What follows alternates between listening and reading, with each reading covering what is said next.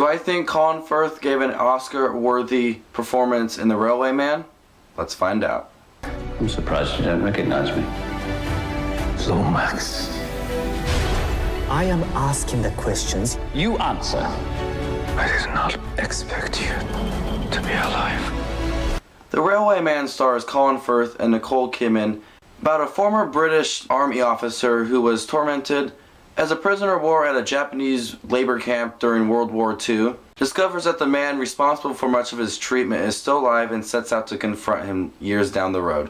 I really like the idea of this movie of the past and present, dealing with your past and trying to confront it and get closure with what happened. Colin Firth and Nicole Kidman are just married, and she's finding out things about his past that he's got to deal with. He was in a prison camp when he was in World War II, and it scarred him for life, and she is trying to help her husband deal with these things. So she allows for him to go back to Japan to try to find this guy and confront him about what had happened to him when he was really young. From this trailers, I was expecting a little bit of a love story, also with a confrontation of what has happened in the past. But the movie didn't have much of a love story, which I was happy about because I wasn't looking forward to that. There wasn't a lot of scenes between Nicole Kidman and Colin Firth, to be honest, which I was happy about. There were more scenes from her alongside Stellan Skarsgård, and I really liked those scenes as well. The movie was very detailed with the World War II and the Japanese labor camp, of how they were treated and how they had tried to escape and how they tried to build this railway. The Japanese had used the British army officers to build this railway. One thing that lacked from this movie is a longer confrontation between Colin Firth and the older version of the man who was behind all the treatment for Colin Firth's younger self.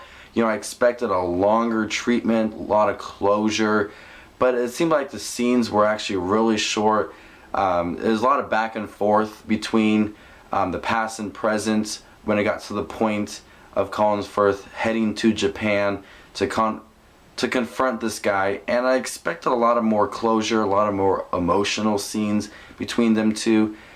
There was a very emotional scene at the end. This is based on a true story, by the way. It was a very emotional scene at the end, but leading up to that, I just felt like the scenes weren't that emotional, and they could have played up a little more on that, and a little more confrontation, a little more closure. It seemed like Colin Firth's character was looking to hurt him, you know, pay back what he had happened to him, but also he was looking at, you know, having closure for himself and moving on with his life. You know, there was a good balance there, but I was expecting a lot more. Colin Firth gives a great performance in this movie, Academy Award worthy.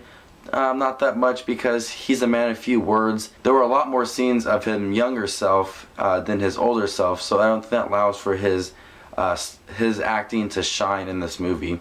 Overall, I think The Railway Man is a decent movie. It has some great looking scenes, a very emotional ending. So I'm going to go ahead and give The Railway Man a B-. I enjoyed the past scenes more than the present scenes, and I did enjoy that emotional ending and the closure that Colin Firth found with the man who had treated him badly in the past. This is Just Watching Movies with a review of The Railway Man.